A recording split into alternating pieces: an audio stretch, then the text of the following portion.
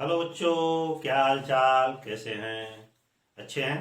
चलिए, अच्छे रहिए, स्वस्थ रहिए और पढ़ते रहिए। आइए शुरू करते हैं। आज का सब्जेक्ट हमारा है principle of business management. Principle of business management में आप पढ़ेंगे परिवर्तन प्रबंधन, अर्थात मैनेजमेंट ऑफ चेंज।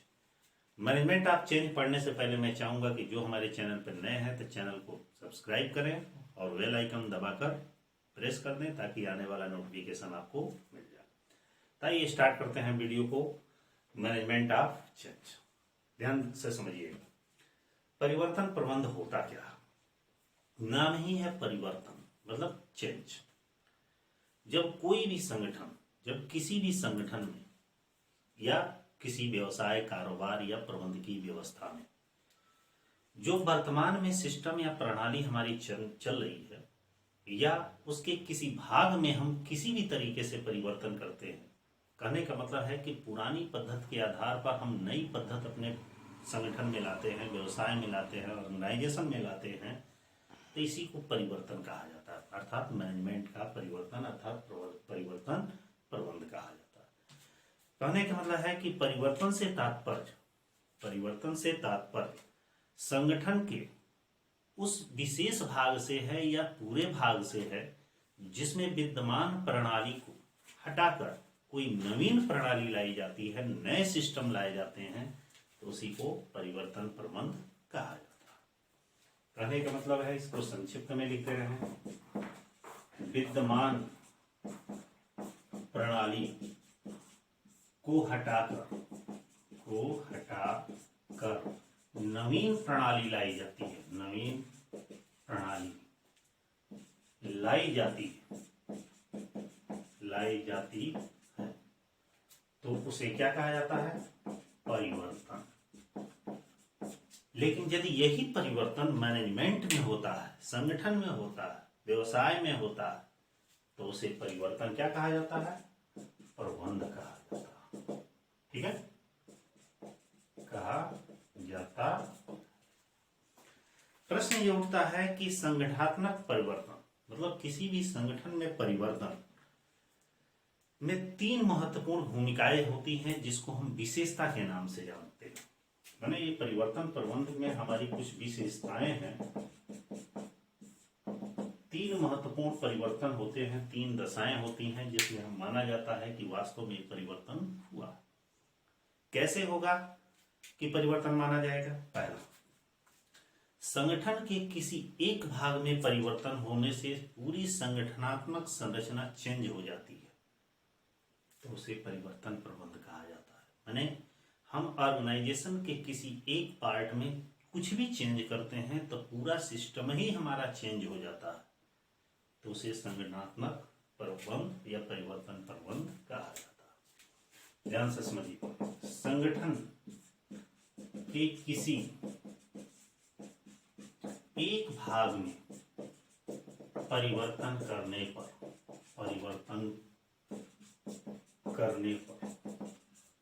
पूरा संगठन प्रभावित होता है। दूसरा क्या इसका स्टेप हो सकता है? दूसरा स्टेप होता है कि परिवर्तन संगठन के सभी भागों में होता है। मतलब जो हमारा परिवर्तन होता है वो संगठन के सभी भागों में होता है, किसी एक भाग में नहीं होता। अर्थात परिवर्तन संगठन के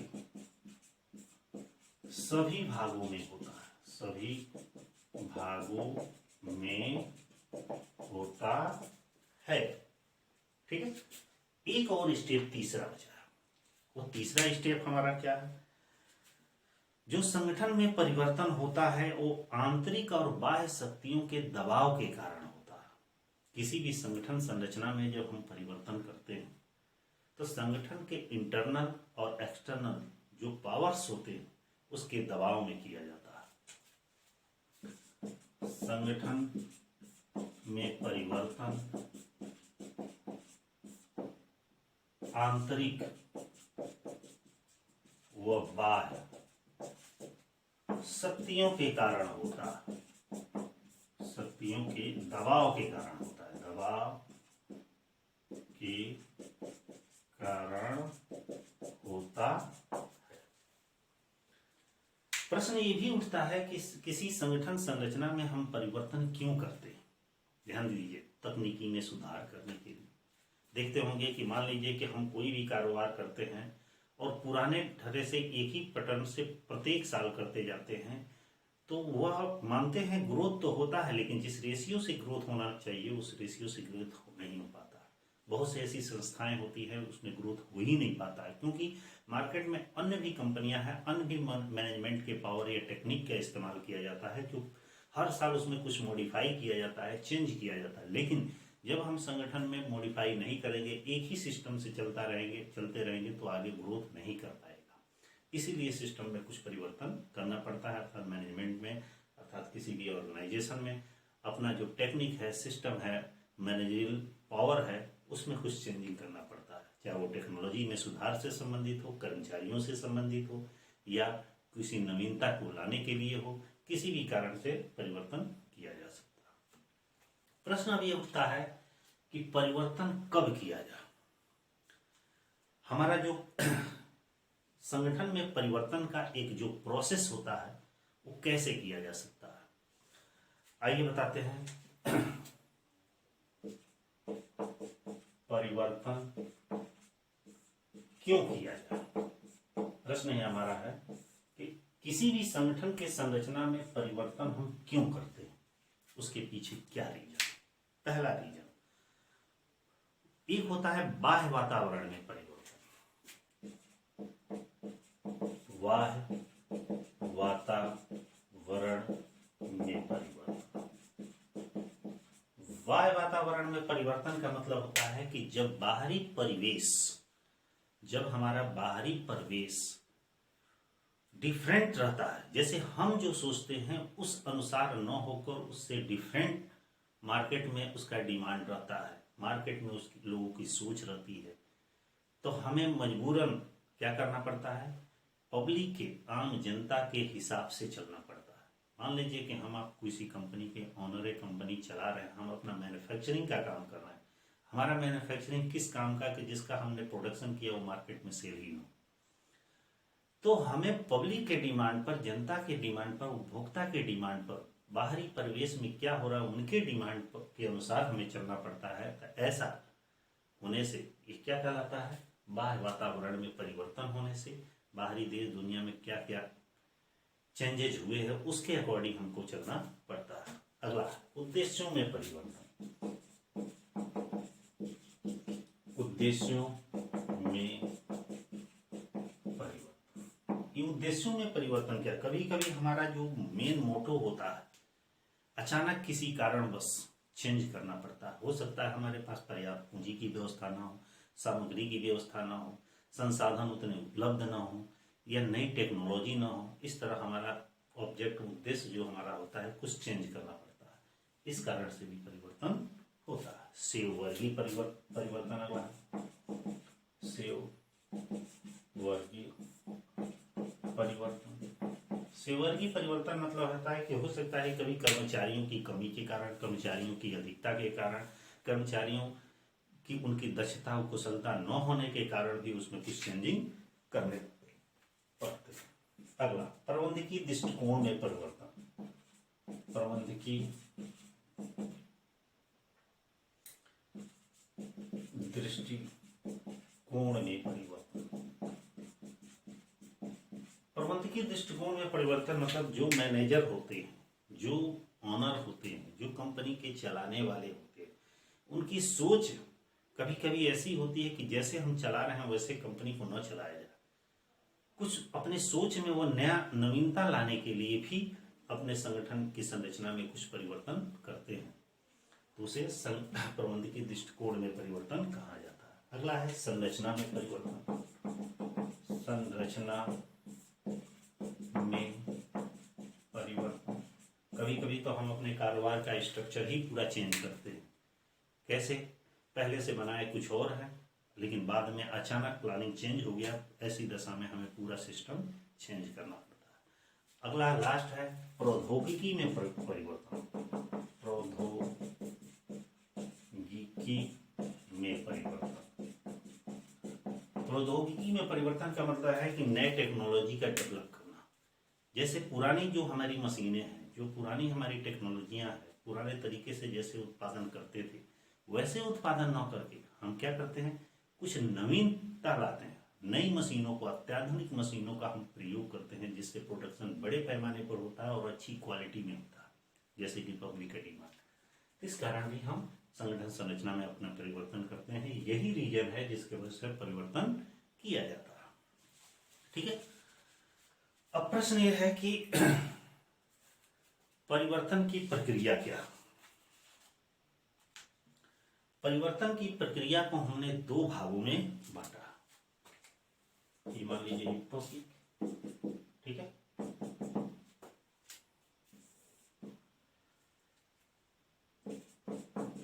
परिवर्तन की प्रक्रिया, परिवर्तन की प्रक्रिया क्या है, किस तरीके से, क्या किस प्रोसेस से हम चेंजिंग लाते हैं। पहला प्रोसेस इसमें है विद्यमान स्थिति को पिघलाना। क्या है, विद्यमान स्थिति को पिघलाना। विद्यमान स्थिति को पिघलाने का मतलब क्या है कि प्रेजेंट में हमारे पास जैसी भी स्थिति है उस स्थिति को बिल्कुल समाप्त करके उसमें कुछ नवीनता लाएंगे। मतलब जिस तरह से हमारी मशीनें, माल, बिल्डिंग, कर्मचारी है, वो पुराने सारे सिस्टम को खत्म करके हम नए सिस्टम से, नए तकनीक से करें। अगला है परिवर्तन के नए स्तर की ओर बढ़ना। दूसरा इसमें है प्रोसेस में परिवर्तन के नए स्तर की ओर बढ़ना।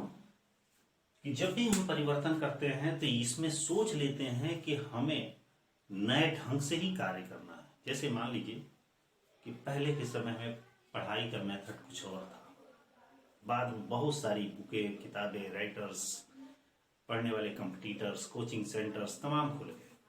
आज के दौर में क्या है, कुछ और नवीनता लाई गई है कि आजकल ऑनलाइन लाइव क्लासेस, ठीक ना, डिजिटल बोर्ड, तमाम टेक्नोलॉजी, घर बैठे ही पढ़ सकते हैं। तो कहने का मतलब हर एक कार्य का कुछ उसमें जब नवीनता लाई जाएगा, मतलब परिवर्तन का मुख्य रीजन है कि नए स्तर की ओर बढ़ना। मतलब हम आगे की ओर बढ़ रहे हैं, पुरानी पद्धतियों को समाप्त करके हम नई पद्धतियों की ओर बढ़ रहे हैं।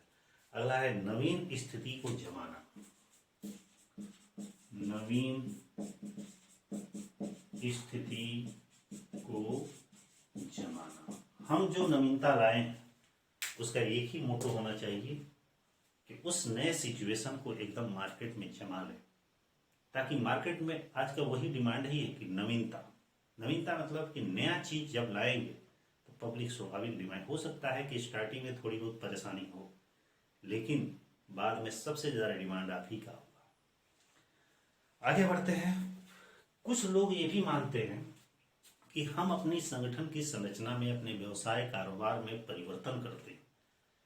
बहुत सारी कंपनियां अपने किसी पार्ट को, किसी भाग को या संपूर्ण संगठन की संरचना में कुछ चेंजिंग लाती है, नई टेक्नोलॉजी के विकास के कारण, चाहे नवीन सोच के कारण या किसी भी चीज के कारण।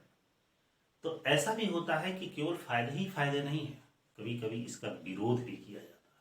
तो प्रश्न ये उठता है कि हम अपने संगठन की संरचना में परिवर्तन कर रहे हैं तो वहां पे कुछ विरोध भी उत्पन्न होते हैं। तो प्रश्न यह है कि परिवर्तन का विरोध क्यों होता है। अगला हमारा टॉपिक है परिवर्तन का विरोध क्यों।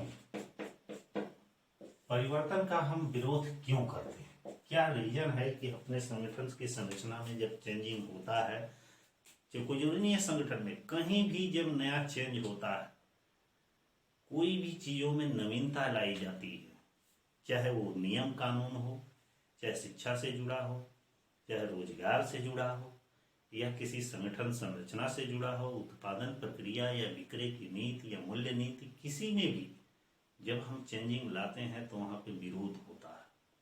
अब प्रश्न ये उठता है कि वो विरोध होता क्यों है। विरोध का पहला कारण है असुरक्षा। असुरक्षा का मतलब है कि लोगों को लगता है ये कि भाई ये जो नया चीज आ रहा है इसमें सेफ हम नहीं है, जबकि वो चीज सेफ है। पुरानी चीजें जो हैं वो सेफ नहीं है, लेकिन जो नवीनता लाई जाती है वो जरूर सेफ है। ठीक है, तो सुरक्षा और सुरक्षा की वजह से विरोध होता है। जब लोगों की सोच या वहां तक पहुंच जाएगी तो समझ जाएंगे कि नहीं ये सुरक्षित है, परिवर्तन हो रहा है। तो पहला रीजन है असुरक्षा। लोगों को लगता है कि हम सुरक्षित इस नई चीज में नहीं।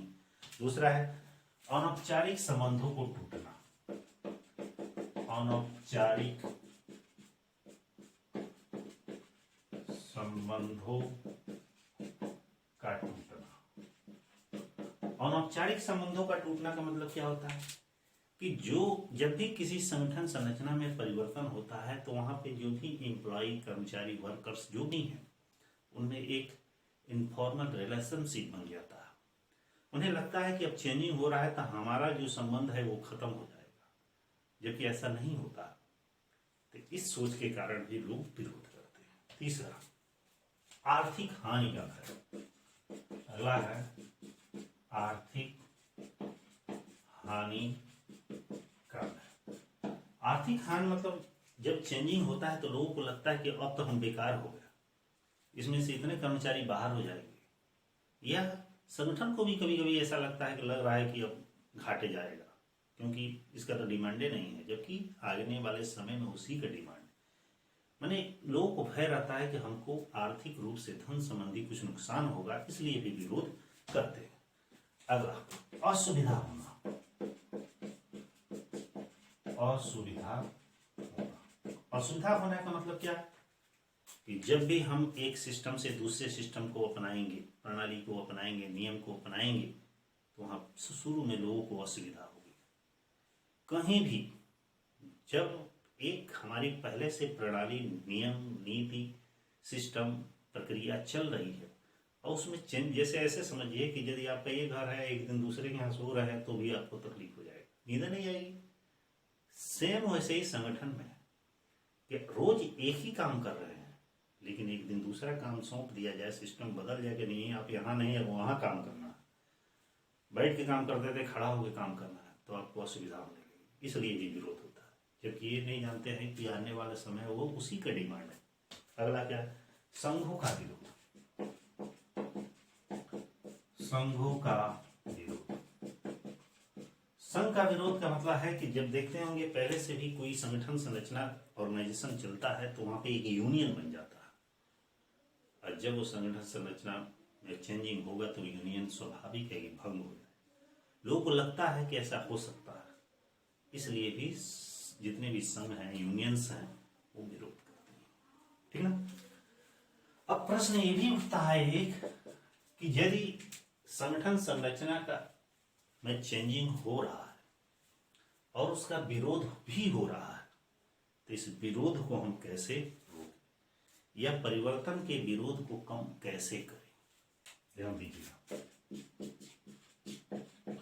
परिवर्तन के विरोध को कम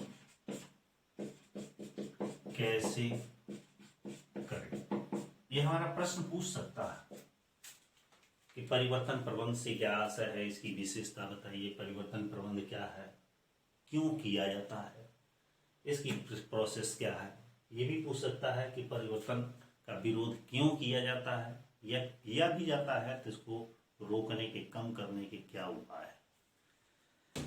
तो सबसे पहले है कि जब भी परिवर्तन प्रबंध किया जाता है, मतलब प्रबंध के मैनेजमेंट के सिस्टम में कोई भी चेंजिंग लाया जाता है, तो वहां पे इसका विरोध होता है। अब विरोध होता है तो उसको हम रोक कैसे सकते हैं, तो रोकने का सबसे मुख्य रीजन है कि सबसे पहले मुख्य वार्ता करें। क्या वार्ता का मार्ग अपनाएं। वार्ता का मार्ग अपनाने का मतलब है सबसे पहले अपने संगठन में जितने कर्मचारी, एम्प्लॉय या जो लोग विरोध कर रहे हैं उनको बुलाएं उस पर विचार विमर्श करें और अपनी बातों को रखें उनके सामने कि परिवर्तन न करने से ये फायदे और ये नुकसान है और परिवर्तन करने से क्या हमें फायदे या नुकसान, इसके बारे में उन्हें पहले बताएं ताकि हो सकता है कि वार्ता से ही कुछ समस्याओं का हल निकल सके। ठीक ना। अगला इसमें है कि जब भी परिवर्तन का विरोध किया जाता है तो जो भी परामर्शदाता होते हैं उनकी सेवाएं, क्या होता है, परामर्शदाताओं की सेवाएं लें।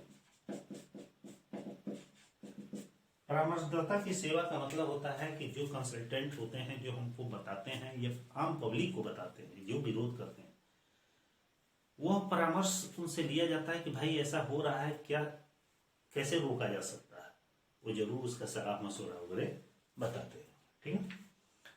तीसरा है, जो भी जब भी परिवर्तन किया जाए सिस्टम में तो वहां पर आदेश की भांत न किया जाए, अर्थात अपने अधीनस्थों का सलाह मशवरा लेकर किया जाए।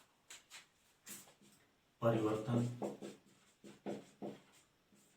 आदेश की भांति न होकर, आदेश की भांति न होकर अधीनस्थों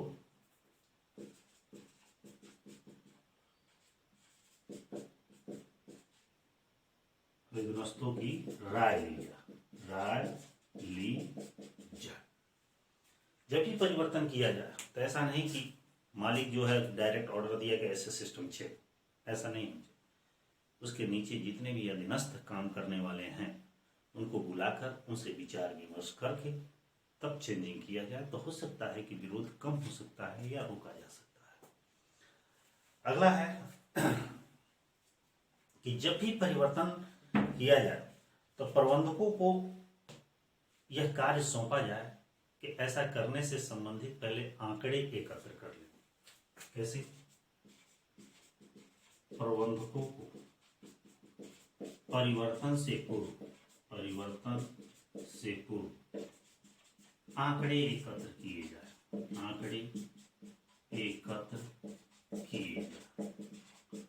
इसके मतलब क्या होता है कि चेंज करने से पहले किसी भी सिस्टम प्रणाली को उनके जो मैनेजर्स या जो अच्छे व्यक्ति होते हैं थोड़ा सा घूमकर एक वोटिंग करके कि भाई ऐसा यदि हो जाए तो आपकी क्या राय है, आप यस या नो, नेगेटिव पॉजिटिव जो भी आपको क्रिया देनी है वो दीजिए।